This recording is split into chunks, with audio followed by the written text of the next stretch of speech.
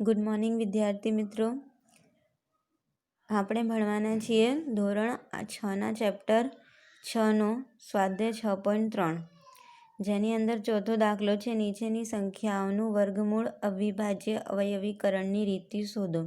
તો અવિભાજ્ય અવયવીકરણની રીતથી કઈ રીતે શોધવાનું છે તેના માટે તમારે સૌથી મહત્ત્વનું છે ચાવીઓ. જે ભાગાકારની ચાવીઓ હોય છે એ તમને જો આવતી હશે તો એ તમે સારી રીતે આખો દાખલો કરી શકો છો. તો અહીં ફર્સ્ટ છે 729, એને અવિભાજ્ય અવયવીકરણની રીતથી વર્ગમૂળ આપણને શોધવાનું છે 729નું વર્ગમૂળ. તો 729 જે છે એની અંદર કઈ અવિભાજ્યની ચાવી લાગશે? તો એના માટે 3ની ચાવી લાગશે. કઈ રીતે? તો 3ની ચાવી શું કહે છે કે જેટલા પણ અંકો હોય છે સંખ્યાના એનો સરવાળો જો 3થી ભાગી શકાય તો આખી સંખ્યાને આપણે 3થી ભાગી શકાય છે. અહીં 9 + 2 11 અને 11 + 7 થાય છે 18. 18ને 3થી ભાગી શકાય. 9 3 6 18. તો આ ભાગાકારની રીતે આપણે શોધીએ તો 729ને 3થી ભાગીએ તો 243. 243ને ફરીથી 3થી ભાગાકાર કરીએ તો 81. 81ને ફરીથી 3થી ભાગાકાર કરીએ તો આજે છે આપણને મળે છે 27. 27ને ફરીથી 3થી ભાગાકાર કરીએ તો 9. 9ને 3થી ભાગાકાર કરીએ તો 3 અને 3ને ફરીથી ભાગાકાર કરીએ તો 1 મળે છે. આને આપણે ગુણાકારના સ્વરૂપમાં લખીએ તો આપણને મળે છે 3 3 3 × 3 આવી રીતે 6 વાર મળે છે. તો અહીં આપણને 2 2ના સ્વરૂપમાં મળે છે એટલે વર્ગ થઈ ગયો. તો આપણે વર્ગના સ્વરૂપમાં એને લખીએ અને પછી તેનો ગુણાકાર કરી દઈએ તો 3 × 3 × 3 3 તારી 9 9 તારી 27. તો આ જે છે 729 આનો એ કોનો વર્ગ છે? તો 27નો વર્ગ છે. આવી જ રીતે 1764 છે. તો આ તો ઇઝી છે કારણ કે અહીં અંતમાં એકી સંખ્યા કઈ છે? બે. આ એકમનો અંક કયો છે? બેકી સંખ્યા છે. તો એકમનો અંક જ્યારે પણ બેકી સંખ્યા હોય તો આપણે તેને 2થી ભાગાકાર કરવાનું. તો અહીં 1764ને 2થી ભાગાકાર કરીએ તો 882 મળે છે. પછી 882ને ભાગાકાર કરીએ 2થી તો 441 મળે છે. તો ફરી અહીં એકી સંખ્યા આવી ગઈ તો આપણને ચાવીનો ઉપયોગ કરવો પડશે. તો 4 ને 4 8, 8ને 1 9 થાય છે. તો આની અંદર 3ની ચાવી યુઝ થાય છે. તો આપણે 3થી ભાગાકાર કરીએ તો 147. અને પછી ફરીથી 3થી ભાગાકાર કરીએ તો 49. 49 તો આપણને ખબર છે 7થી ભાગી શકાય છે. તો સીધું 49. 7 × 7. આ બધાને આપણે ગુણાકાર સ્વરૂપમાં અને 2 2ની જોડીના સ્વરૂપમાં લખીએ તો આપણને મળે છે 2 × 3 × 7. તો 2 × 3 એટલે 6. 6 × 7 = 42. તો 1764નો વર્ગમૂળ શેનો છે? 1764. તો 42નો વર્ગમૂળ કાઢીએ તો આપણને 1764નો વર્ગમૂળ કાઢીએ તો આપણને 42 મળે છે. એટલે કે 42નો વર્ગ થાય છે 1764. નીચે નેક્સ્ટ છે નીચે આપેલી દરેક સંખ્યા માટે નાનામાં નાની એવી સંખ્યા શોધો કે જેના વડે ગુણાકારથી મળતી સંખ્યા પૂર્ણ વર્ગ હોય. ઉપરાંત આ પૂર્ણવર્ગ સંખ્યાનું વર્ગમૂળ શોધો. તો આપણને સૌપ્રથમ તો આ અવિભાજ્યની રીતથી વર્ગમૂળ જે રીતે આપણે શોધ્યા તે જ શોધવાનું છે. પછી આપણે તેને ગુણાકારના સ્વરૂપમાં લખી શકાય 2 2ની જોડીમાં. તો આપણે અહીં 2 × 252નું આપણે ભાગાકારની રીતથી આપણે આવી રીતે ભાગાકાર કરીએ તો આપણને મળે છે 2નો સ્ક્વેર 3નો સ્ક્વેર અને 7. તો અહીં 2ની જોડી માટે 7 ખૂટે છે.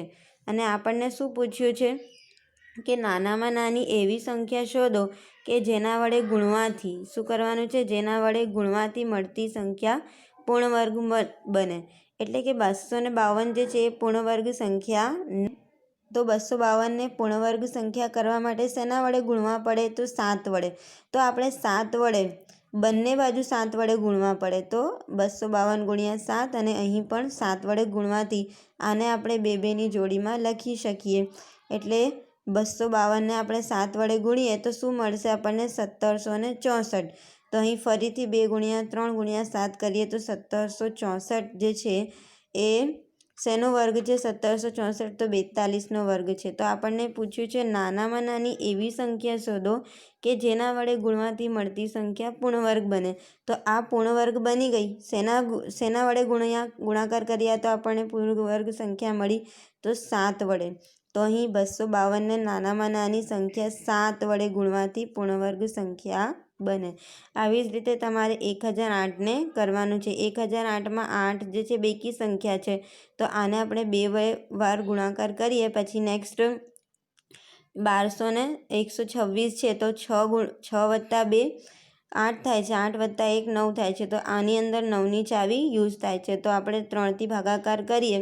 3ની ચાવી યુઝ થાય છે, તો આપણે એને 3થી ભાગાકાર કરીએ તો આપણને મળશે.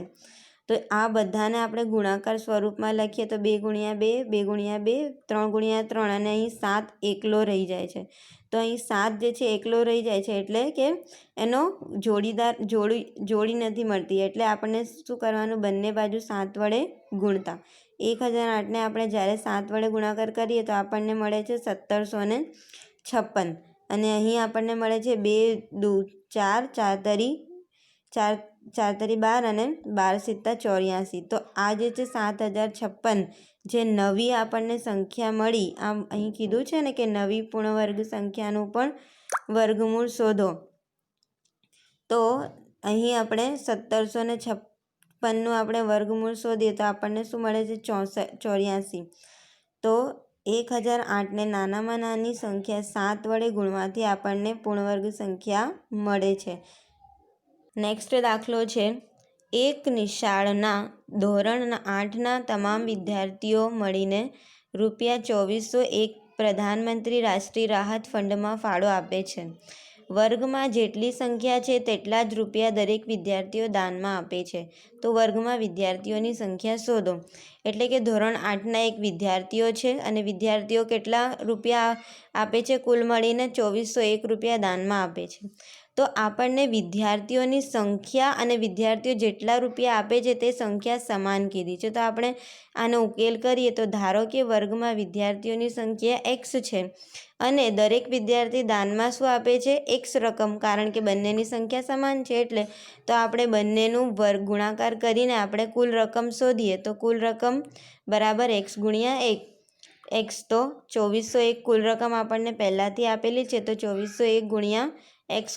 તો આપણે 2401 જે છે એને આપણે છૂટા પાડીએ તો આપણે એને 7ની ચાવી વડે અને ભાગાકાર કરીએ તો આપણને મળે છે 7 ગુણ્યા 7 7 ગુણ્યા 7. તો 7 ગુણ્યા 7 જે છે બેની જોડમાં આપણને મળે છે. તો 7 ગુણ્યા 7 એટલે સીધું 49. એટલે કે દરેક વિદ્યાર્થીઓએ દાનમાં આપેલી રકમ પણ 49 છે અને વર્ગના દરેક વિદ્યાર્થીઓની સંખ્યા કુલ મળીને સંખ્યા પણ 49 છે. નેક્સ્ટ છે, એક બગીચામાં 2025 છોડ એવી રીતે આપેલ છે કે જે પ્રત્યેક હારમાં રોપેલા છોડની સંખ્યા કુલ હારની સંખ્યા બરાબર થાય છે. એટલે કે અહીં હાર જે છે આને હાર કહેવાય અને હારમાં જે સંખ્યાઓ જે અહીં 3 હાર છે ધારો કે, તો અહીં 3